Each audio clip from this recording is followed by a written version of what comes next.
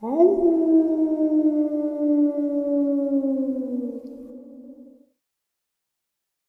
and salutations, everyone. I do hope everyone is still doing well, and welcome to today's bonus upload. Guys, I cannot wait until 12 a.m. Eastern Standard Time, Saturday Nightmares, live from upstate New York.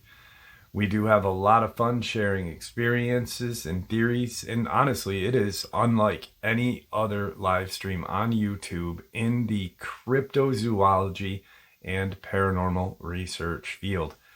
We have a lot of fun. We really do. I hope to see you all there, 12 a.m. Eastern Standard Time.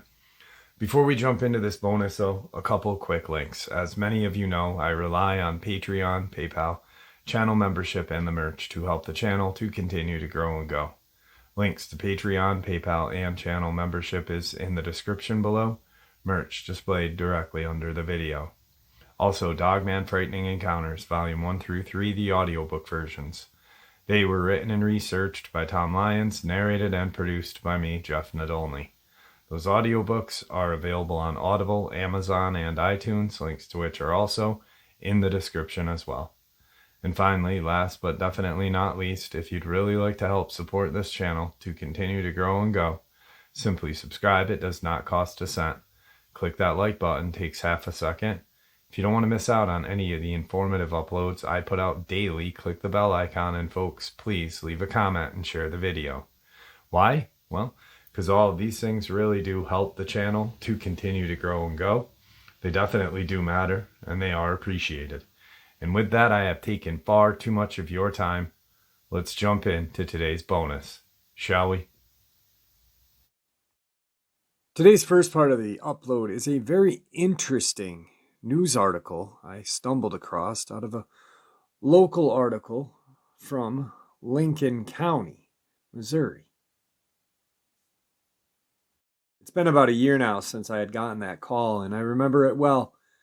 The woman's name was Lily, but she didn't want me to mention her last name so that her neighbors wouldn't think she was crazy. When I talked with her, she seemed really reasonable and sounded like she had plenty of common sense. Then she told me one of the weirdest stories I think I had ever heard.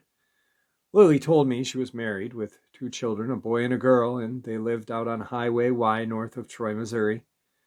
One of Lily's favorite things was to take long walks every evening along the cliffs that ran above Sugar Creek.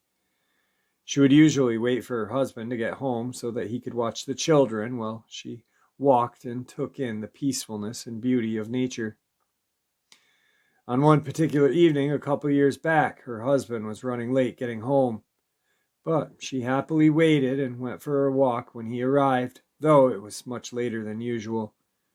She hopped in the car and headed down to Park Drive and followed it to the lot at Sugar Creek Trails. She parked the car and headed to the trail that she knew well.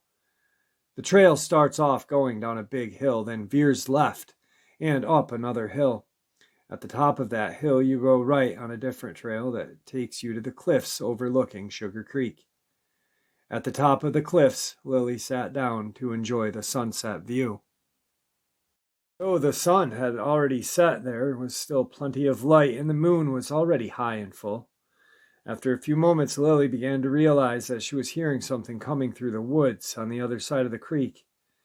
It was like something that she had never heard or seen before. She quickly hid behind a tree so she could watch this creature and what it was doing.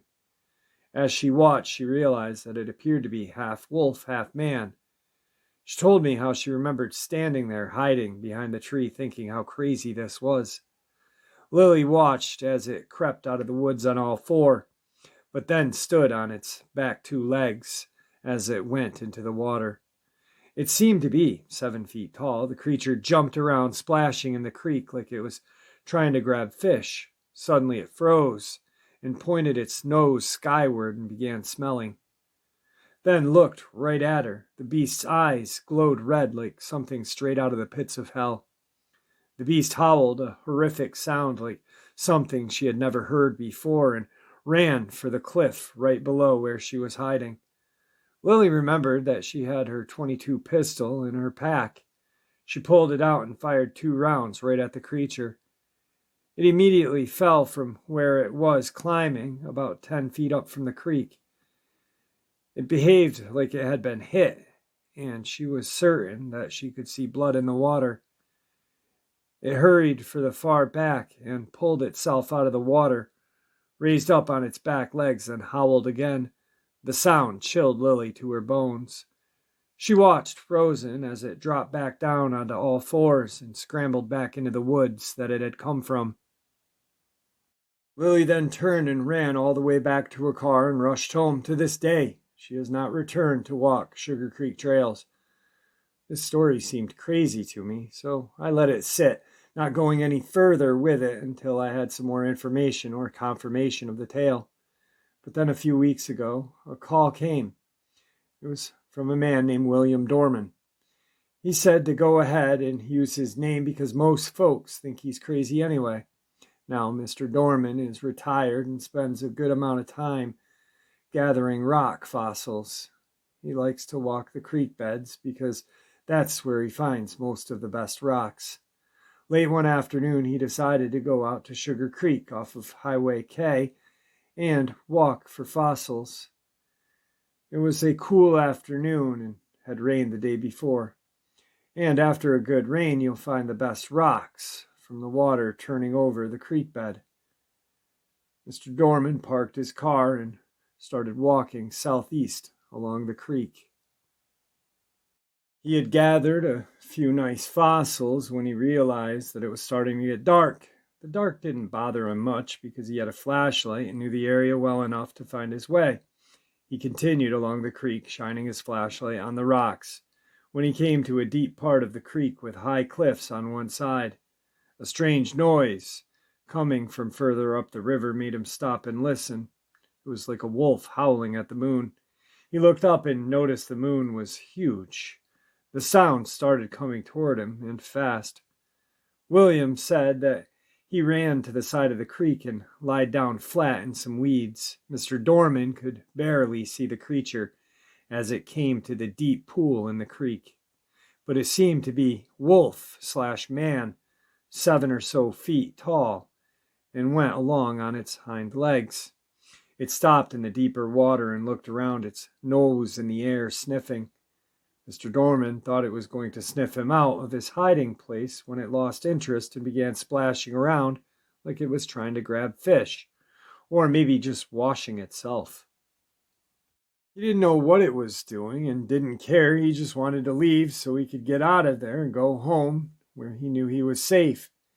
It splashed around for about 15 minutes before moving back up the creek the way it had come.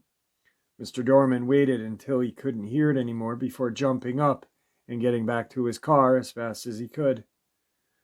William told me that he had told no one about this before calling. Well, this now made 2 reports of this wolf-like creature in almost the same spot. I had to investigate.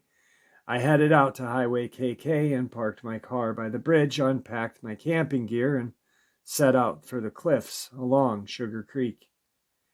Early September, the weatherman said it was supposed to be a full moon tonight, but there's a hurricane in the Gulf causing some cloudiness here in Missouri. It was around 5 p.m. when I started out, and every step of that almost mile-long walk felt like I was being watched. It was quiet when I finally made it to where I wanted to camp. The quiet trickle of the creek and the soft whispering of the light breeze moving through the trees. I asked myself if I actually expected to find a werewolf or whatever, and the answer was no. Maybe a stray wolf, a pack of coyote, or even a territorial bear. Certainly not a werewolf. Those are just myths, right? As I gathered my firewood, that eerie feeling of being watched came over me again, and I could not shake it. I just knew that something was out there watching me. It wasn't long before the darkness of night overtook the comfort of daylight. Even the full moon hid behind the clouds, only peeking out occasionally.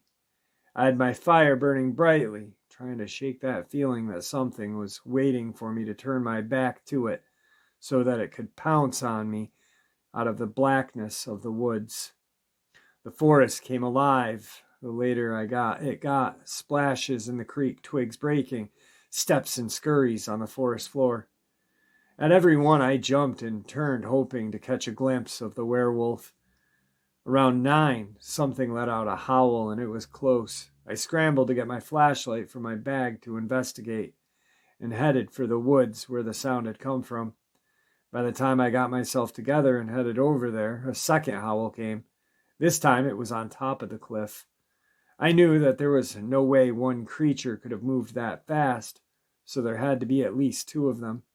I hurried back to my camp and built the fire bigger and got myself ready for bed, knowing that there was not going to be any sleep for me tonight.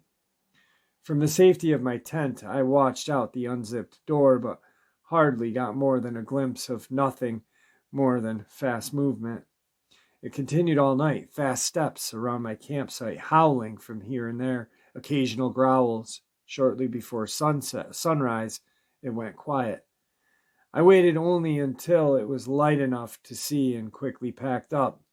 By then the sun was up. I began walking around looking for evidence of what had tormented me the night before. And right there in some soft sand were the tracks of a beast.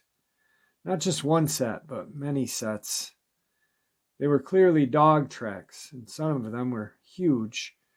But not just one dog. There were tracks from a whole pack. Now, I can't say for sure what Lily or Mr. Dorman encountered while they were out at Sugar Creek, but I met a pack of wild dog. I hate that term. And I am quite lucky because dogs are not scared of humans, and once they've gone wild, they tend to get mean and can be pretty dangerous. So if you're out at Sugar Creek area, be careful because there are wild dog out there, and maybe a werewolf too. Psalms 139, 7 through 12. Where can I go from your spirit? Where can I flee from your presence? If I go up to the heavens, are you there? If I make my bed in the depths, are you there? Rise on the wings of the dawn if I settle on the far side of the sea. Even there, your hand will guide me. Your right hand will hold me fast. If I say, surely the darkness will hide me, and the light become night around me. Even the darkness will not be dark to you. The night will shine like day, for darkness is as light to you. God knows where each and every one of us is at, and what we are doing. Remember that his loving hands of protection are on each one of his children. See, a very interesting article because he got 2 very similar sightings. And at the first, he didn't take it serious, even though the woman was clearly telling the truth of what she saw. Like he said, very reputable. And then Mr. Dorman, he really didn't care what anyone thought of him, so why would he lie? Then he goes out and investigates, thinking, will I see something? Hoping that he will, but hoping that he won't. Then he does. He only sees flashes of this. But then he kind of does what the media does and almost tries to debunk what he can't debunk. Because I believe that reporter that night was very lucky that Dogman really wasn't that interested in him and just wanted to play with him and scare him. Today's second part of the upload comes to us from Ontario. Tales of encounters with hairy ape-like creatures known as Sasquatch or Bigfoot are usually associated with and originate from British Columbia and the Pacific Northwest of the United States, as well as the Himalayas. However, here in Ontario, we too occasionally get reports of Sasquatch sightings and strange tracks or other evidence that leads one to speculate on the possible existence of this enigmatic creature. June 26th, 2001. Routers report on a discovery of a 14-inch long footprint by residents of the Native Canadian Reserve in northern Ontario, about 1,000 miles north of Toronto. Abraham Hunter, chief of 260-member band, was quoted as saying, "It's definitely not a bear." Speculation abounds that the tracks belong to the hairy ape-man known as Sasquatch. Not the first Bigfoot report at the reserve. 2 elders claim to have spotted the creature 20 years ago, Hunter said, and stories about it have been told for hundreds of years. In an interesting coincidence, a similar set of tracks were found 95 miles east of the reserve on June 14th. A government officer who found them has 31 years' experience. He stated, "I can't explain what it was. I naturally thought it may be a Bigfoot because of the shape of it. However, not all are as willing to speculate that these tracks and past sightings are indeed that of a Sasquatch." Lawrence Kameyer, director of McGill University's Division of Social and Transcultural Psychiatry, commented, "These things happen all the time, but we're surprised because we underestimate the power of our imagination and the power of belief. Such sightings are typically cultural specific, regardless of whether one believes in accounts of Sasquatch or not. The fact remains that something indeed created those tracks. What or whom that may be, we may never know."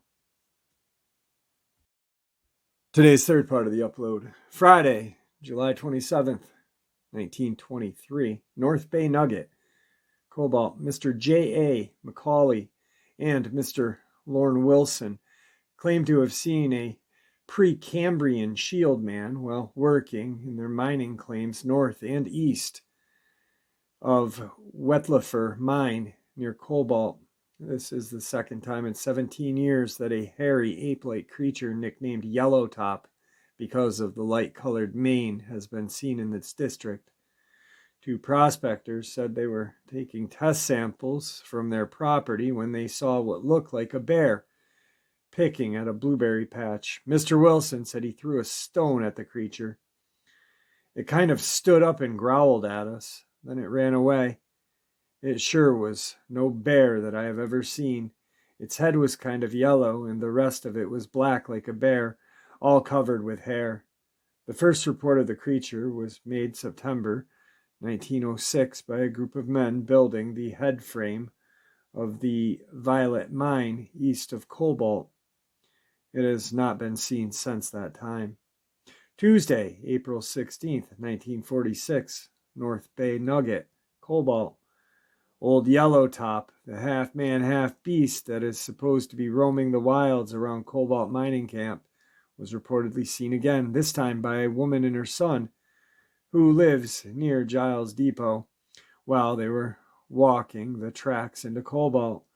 The woman, who did not want her name made public, said that she spotted a dark, hairy animal with light head ambling off the tracks into the brush near Giles Lake. She said that she did not get a closer look at the thing, but said it walked almost like a man. The sighting is the second such report to have made since 1906 or 1907.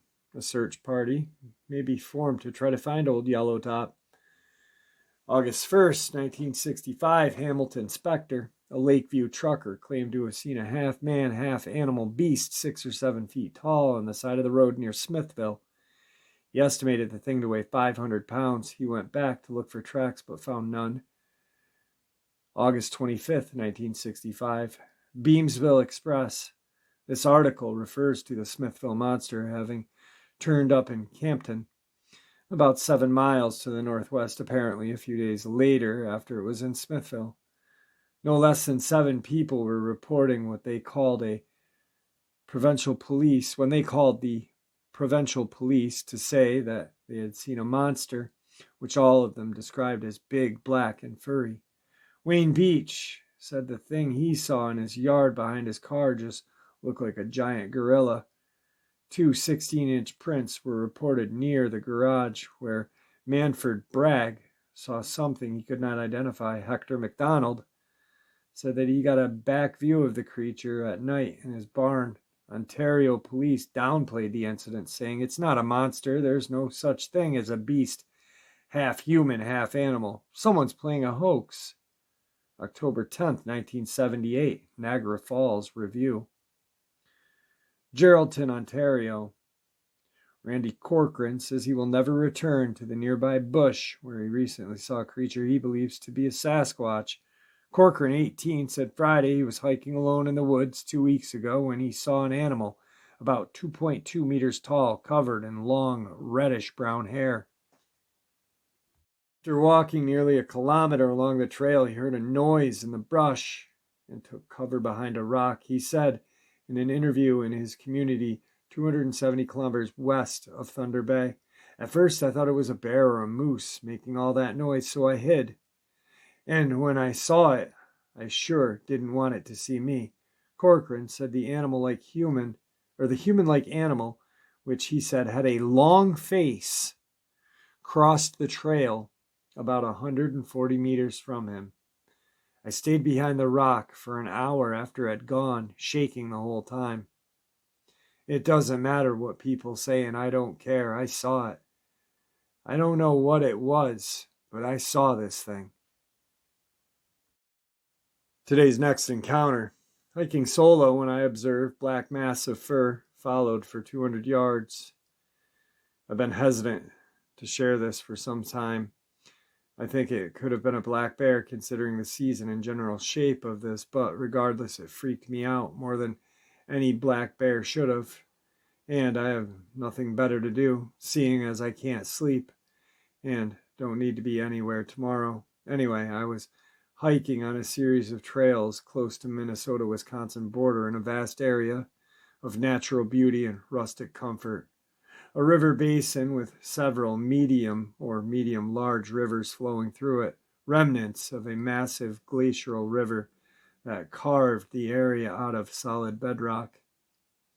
These rivers are all connected to the Mississippi, and the waters I fished 5 years ago have now rained on the coast of Louisiana. Very fascinating area. It has been settled for millennia by different peoples and family groups. Hiking through this area last spring, April 23rd, if my memory is correct, I stopped for a break on the ridge overlooking one of the aforementioned rivers and tore open a package of trail mix, which I downed in record time, probably under 10 seconds. A feat I think more impressive than the encounter itself. I was getting up to continue my loop when I stopped and noticed movement about 20 yards up the trail and at a slight incline relative to my position. It was stirring, making smooth but hasty movements, hardly discernible from the surrounding foliage, which was just beginning to sprout and stick, still thick enough to obscure other people from within 10 yards. I'm talking scrub oak, hazelnut, and some flowering wild plum or cherry, all with green tips breaking out of their twigs. Thick stuff and easy to get lost in without something to orient yourself. Grouse hunting in this is fun but challenging, as you're going to get your gun stuck on a branch or lose out on a shot 9 out of 10 times. As I watched the partially obscure furry friend with curiosity, it began to rise and kept going, a solid 8 feet judging from the height of the brush compared to my height, 6'1", and I felt the most uncomfortable and odd sensation and began to jog back the way I came. Meanwhile, my discomfort shifted to terror of a primal kind when I stopped for a breath and heard brush breaking behind me, within 15 yards or less, and gaining at around 3 yards per second, judging on the frequency of breaking noises. I forgot completely about needing to breathe and ran harder and faster than I thought I could with my video game playing fat legs. I reached the trailhead in about 10 minutes compared to the 40 minutes it took initially to reach the point of the encounter. While jogging and walking and pausing frequently to take photos, I got to my dad's car, turned the keys, and drove off. I wrote it off as a bear and didn't think about it until a little while ago while lying awake. I recalled the experience and how odd I felt. currently an agnostic on what is it, so please do and discuss this. Today's final encounter. 4 men were attempting to harvest a marijuana crop that had been planted in a cornfield. This occurred the night of October 2017. The silage corn had been taller that year, standing 8 to 10 feet, but the feed corn harvest was about to take place, and it was time to pull the cash crop. The location of the field was just south of an old cemetery, Bethel Union Pioneer Cemetery, 45 degrees 23, 05 north, 75, 58, 36 west, which sits along the Creemore Avenue in Clearview Township, Ontario. We got into the field and fanned out. I was the farthest to the right. Straight ahead in the distance was a blue flash of light that originated in the cemetery. It looked like it was 10 to 15 feet off the ground. Then a loud crash thump like something fell heavy. Then a few hundred feet to the left, the exact same thing happened, like a blue ring-shaped flash of light. These things tore out of the trees and into the corn at an incredible speed, faster than any living creature I had ever seen move, supernaturally fast. Whatever they were, they began to bluff charge myself and my friends, running at me 3 or 4 times and stopping just outside of the range of direct sight, maybe 2 or 3 rows of corn away. They were as big as grizzly and as fast as race cars. They were going between me and my buddies. Then I saw the head and shoulders of one, a large wolf-like head with pointed ears and broad shoulders.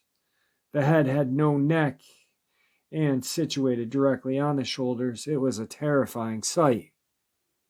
No doubt in my mind as to what I had just seen. It was 10 feet away at max.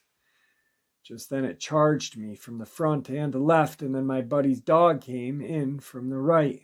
I thought I had been flanked and almost shot the dog, who was losing her mind at the time, whining and whimpering and shaking profusely nonstop. At that point, I started to pray to Jesus, and the 2 dog creatures, or whatever they were, instantly turned and hightailed it out of the cornfield back toward the cemetery.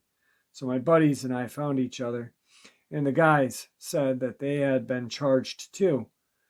The guy who was driving us there said he hadn't seen it. Said he had seen it. I told him I did as well. I continued to pray as I looked in the direction where I saw them run off to. We had a serious job still to do. There were thousands of dollars sitting in this field. We got things harvested and wrapped up and ready to move out of there. Well, they doubled back around on us because when my friend and I were struggling with dragging the big blue tarp full back along the tractor access route, we passed a large bush. One of the creatures was right there. My friend screams out, "There's a wolf!" As I look up, it was running like a man on 2 legs.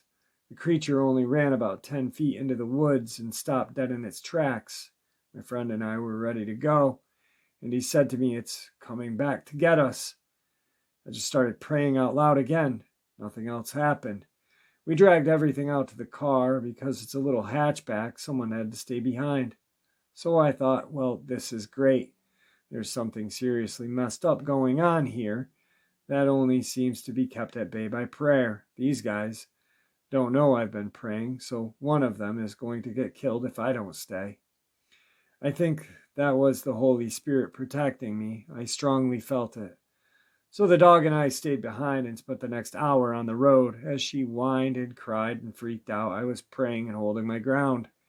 I did notice that one creature came up behind the embankment that was along the entrance to the field and stood there, pacing back and forth.